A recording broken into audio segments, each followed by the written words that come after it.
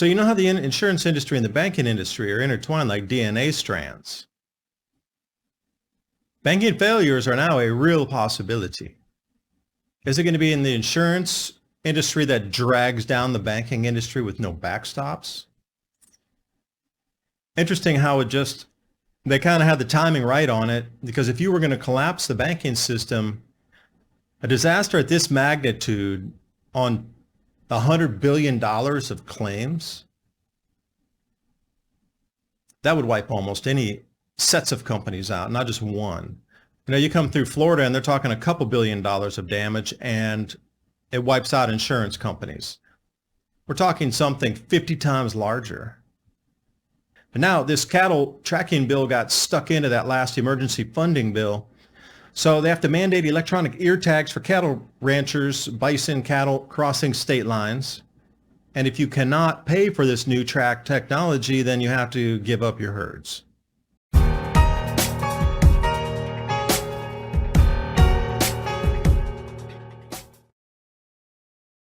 And welcome back for the second half. Mini Ice Age Conversations right here on Brighteon TV every other Friday, 2 to 3 p.m. Eastern Standard Time.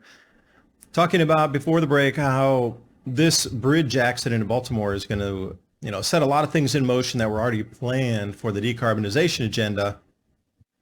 It's just perfect timing to fast track an enormous amount of legislation and push the pendulum and people's thoughts of what they wanted versus what they don't want, and then force it down their throats because there's no other choice. Now this map here, I'd like to start with this one. This is the rail routes that link to the auto manufacturers that roll down to Baltimore. This is an established route. You can only redivert so many before it's not possible. They said the same thing with the coal exports. You can only redivert so much, and then it's actually cut. This is what we're seeing. So follow this green back to these large towns and tell me what kind of effect that would have when their factories stop. Economic effects, obviously.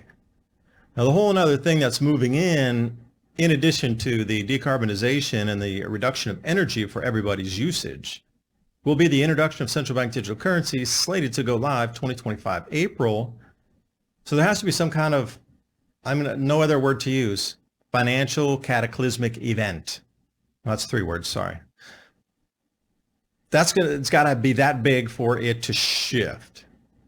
Now we see all around the world, everybody's moving to gold. All these central banks are moving to gold. There's all this new legislation in with 44 different countries now adopting this crypto information sharing platform to be able to get taxes from you after this bull run. Everybody's going to get incredibly wealthy who has crypto, not financial advice, just following the last 4 run-ups into the halving and then after the halving. So you need to get back on the farm. If you get rich and you don't have to work again, you're no longer controllable. It's not about 1 or 2. There's going to be 100 million people that get wealthy enough during this crypto run that they won't need to work again. They're going to force you back onto the farm. So they're going to be interoperable amongst all countries to tax you, hit you with unrealized gains, smack you to get taxed at the airdrop time of airdrops from other like Ethereum projects or Solana projects. Sheesh, it just never ends. So anyway, Baltimore put out this nice little pretty map here that showed all the alternative routes except for the hazardous cargo. The Fed took the punch bowl away from the party again. The stock market's been betting on March rate cuts, but not so fast. Is this why JP Morgan and UBS are calling for a 23% drop in the S&P? The recession indicator's ringing its most severe alarm in 40 years. Either you think Bidenomics is working. Isn't it time you protected your retirement with gold? Call the proud Americans, the Patriot Gold Group today before it's too late. Mention the Adapt 2030 channel. You're going to get some great in-class service. Also, Patriot Gold Group has a no fee for life IRA where your IRA or 401k can be in physical gold or silver. No fee for life IRA on qualifying rollovers. Give them a call, 888-546-7020. And also now for the 7th year in a row, Patriot Gold Group is Consumer Affairs top rated IRA gold dealer. 546-7020. And now on with the video. So it still looks like the same route map for me. I mean, there's just no way to really get across these waterways now here. So how much longer and how much more fuel is that to go around? And Baltimore is none too safe these days either. Like for me as a driver, I sure would not be going through the center of town at night. I think there's only 3 police officers working for something like 90,000 citizens. Correct me if I'm wrong on the numbers. That's a danger zone anyway. The lack of police presence. Now imagine if a truck goes off the road, they're going to just, what would happen with the cargo on it? Hijackings right in the middle of the roads. I mean, there's going to be an enormous amount of rerouted traffic that's off established routes, and they're going to get lost at times. So here's your map. Good luck. You're in the Wild West now, or the Wild East. And then this set of information coming off here at Gateway Pundit, I saw this one. Laura Logan was talking to others saying the second busiest strategic roadway for hazardous materials. There's no way they can go into the tunnels. The smaller trucks can, but obviously they are wider and they're containing hazardous cargo, so the build around that is significantly, let's say, more buffered in case of something happening to the tractor trailer itself. Going under the tunnels would require special, escorts on either side only at nighttime, and it would, take everything down to a crawl. And if something were to happen to that cargo in the tunnel, then that would cut off the tunnel for years. So they're leery at best of even letting semi-hazardous go through the tunnels, let alone extreme hazard. Can you imagine taking like a depleted uranium shipment through there and oops, it got something in the tunnel? That would never be used again. So this creates a huge amount of problems also to reroute that along land somewhere. And before they went right over the bridge, kept it a safe route, but now you got to be going through bypasses and through the city and this sort of thing. Problems I can already see on the horizon for this one here. And they did give us a timeline just initially how long it would take here. Second busiest strategic roadway / bridge. Hazardous materials down for 4 to 5 years. This thing is a big news story now, but 3 years in, you will have forgotten, 2 years in, or even next year, you will have forgotten about this as quickly as you forgot about COVID. News will make you forget about it, and it'll slowly trickle along as a pork belly project with everybody siphoning as things go over budget. Now, the only thing that might fast track is a salvage operation and get those shipping channels open again, because a lot of people are going to be complaining to their politicians locally.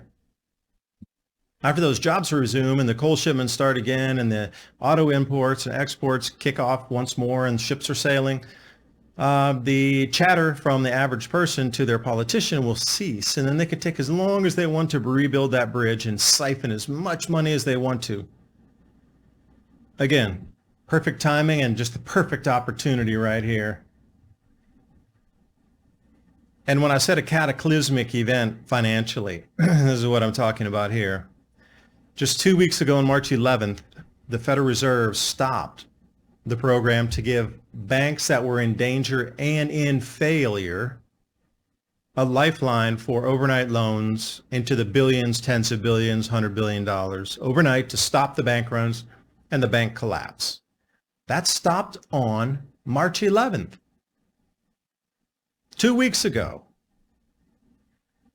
So you know how the insurance industry and the banking industry are intertwined like DNA strands. Banking failures are now a real possibility.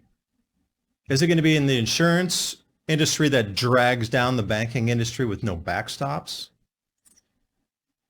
Interesting how they kind of had the timing right on it, because if you were going to collapse the banking system, a disaster at this magnitude on $100 billion of claims, that would wipe almost any sets of companies out, not just one. You come through Florida and they're talking a couple $1 billion of damage and it wipes out insurance companies. We're talking something 50 times larger. The jobless claims coming off of this because of the disaster is going to be that you're going to watch that ramp up. The defaulted delinquent mortgages, credit card payments, auto loans, etc. Because, well, if they're not making money because they're laid off temporarily, then where's the money come from? I've seen a huge amount of money pulled out. I've done a couple of videos on this already where the 0.25% they were giving you as interest in your savings checking account in the bank. Hundreds of billions moved into the money market because they offered 5%. Well, that 5% is no longer good enough because I'm watching crypto go up 3% per day. Oh, the ETFs just jumped 20%. So now there's this huge siphon coming and taking all the money out of the money markets right over into the crypto and the Bitcoin ETFs. Those are exchange traded funds there on Wall Street. There's a huge black hole of money going into that. So the banking system is being bled dry before for a 5% gain. Now it's moving over the 25, 30, 40, 50, 100% gains in Wall Street because of these new Bitcoin ETFs. And this expired is just incredibly dangerous, incredibly dangerous. If banks fail, they fail. And then they bail in the customer funds. Anything in the safe deposit box belongs to the bank, not you. Your savings account, checking account, that belongs to the bank. You're an unsecured creditor. They can finally give it back to you after FDIC, but who knows how long that will take. And FDIC, they barely have, I think, 1.2% of all deposits covered in America. So if there were multiple banks and it really turned into this giant contagion of banking failures, FDIC remotely has not even one iota of a hope of chance to pay you or me or anybody back. So all the deposits in America, they only have about 1.3% money in their insurance fund to cover 100% of deposits, which means 99 out of 100 people are not going to get their funds, which is different than an exchange traded fund where 0 out of 100 will get their whatever commodity that's based on their exchange traded fund. Now, another thing that's happening at the same time is now we're looking at this American debt that's just getting absurd. I mean, these stories are coming out. We added what? Oh, another 1.6 trillion in just weeks. Like, how do you keep going like this? They're even calling it this borderline absurd that America is still allowed to get away with issuing this much debt. But I digress here. U.S. Treasury confirms spending on debt interest alone is now larger than the entire defense budget, and it's going to surpass Social Security. And they're talking about reducing Social Security benefits, while at the same time giving billions, hundreds of billions, nearly $1 trillion away to other countries over the last couple of years. And we're issuing the debt to do such a thing, to give it and just give it freely away. But this chart's a startling chart in itself, where this is now eclipsing the defense budget and going to eclipse Social Security. That's just the interest. That you don't even pay that off. That's just like when you get behind on your credit cards. You know, I was reading an article that some of the Americans, in terms of debt, they're at $50,000 on credit card debt. And spinning along at, you know, some preferential rate, 13, 18, 22% on 50 grand. Are you kidding me? You need $10,000, $12,000 a year just to even pay the interest on that before you even get into the principal on it. It's very much the same thing. This will never get paid off. Understand, that is a 0% possibility this will get paid off unless we hyperinflate. And if we hyperinflate and repay back the debt with the hyperinflated dollars, then hey, you could do the same thing with your mortgage, but get the actual paper sent back to you notarized. Don't put it on a computer screen anywhere. Just saying. Record high 8.9 trillion of government debt's going to mature over the next year. Now see, this brings in kind of a Rubik's Cube sector A here. We have to issue and sell 8.9 trillion to those people who want to, are going to buy it? Really?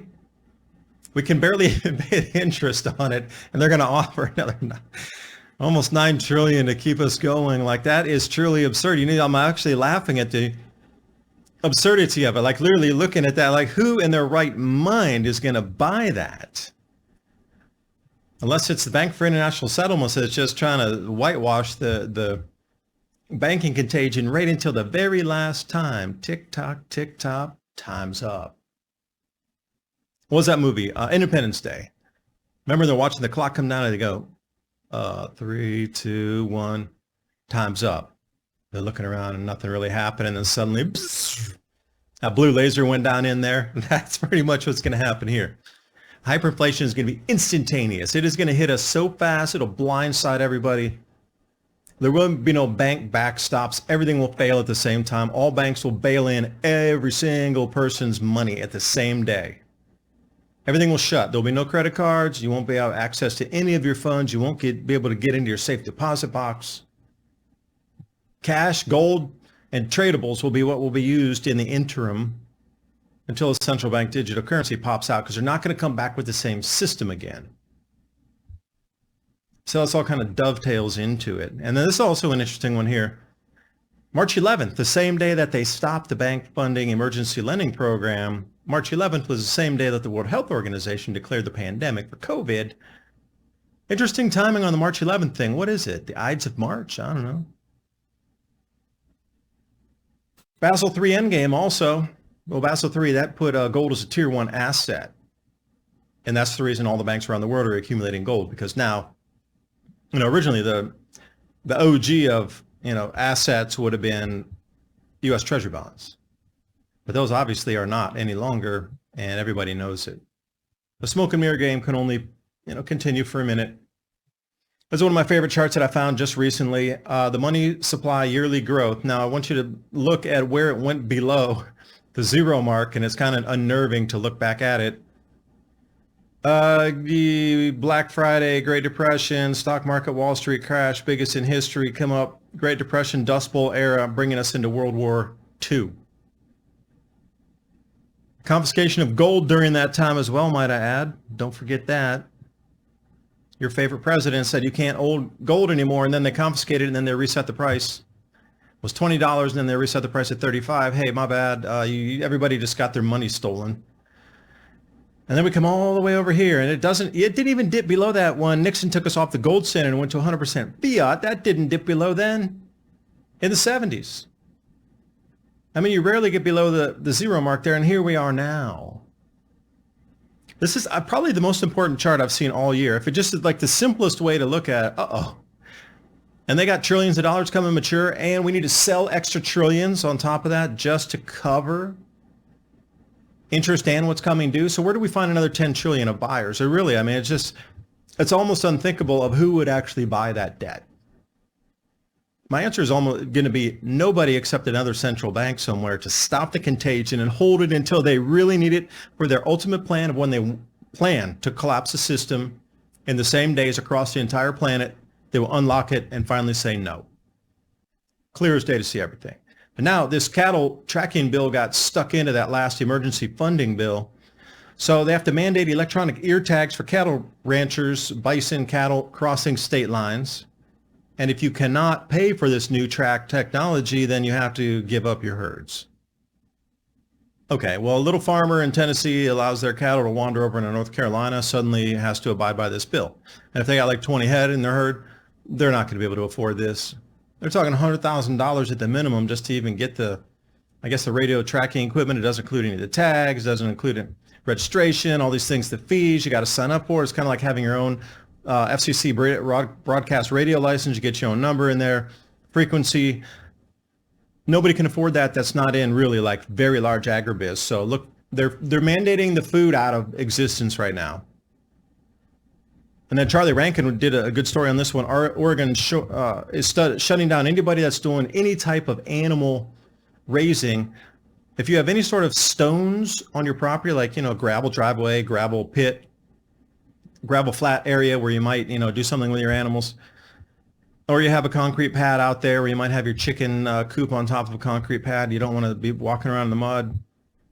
They consider that a contained feedlot now, and you have to put in a minimum $100,000 of infrastructure to stop the runoff. Although with 2 cows or 10 chickens, it still doesn't matter because you fit the definition of a contained feedlot. You have a gravel bed, gravel area, or you have a concrete slab, and there's animals on it. You are now a contained feedlot under the new laws. So you're going to have to close your farm or put a minimum $100,000 into your infrastructure upgrade.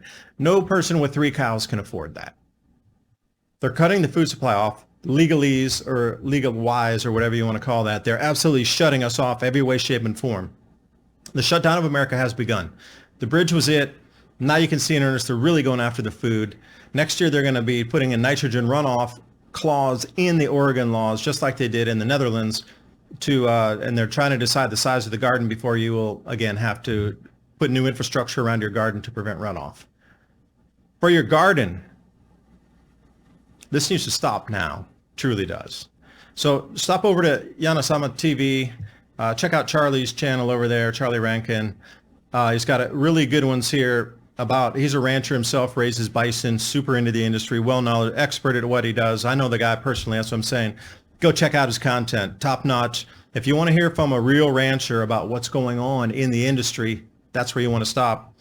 And Feeder Flash also with Corbin Wallet over there. Feeder Flash, he's the old auction guy, also has a lot of info, Corbett Wall.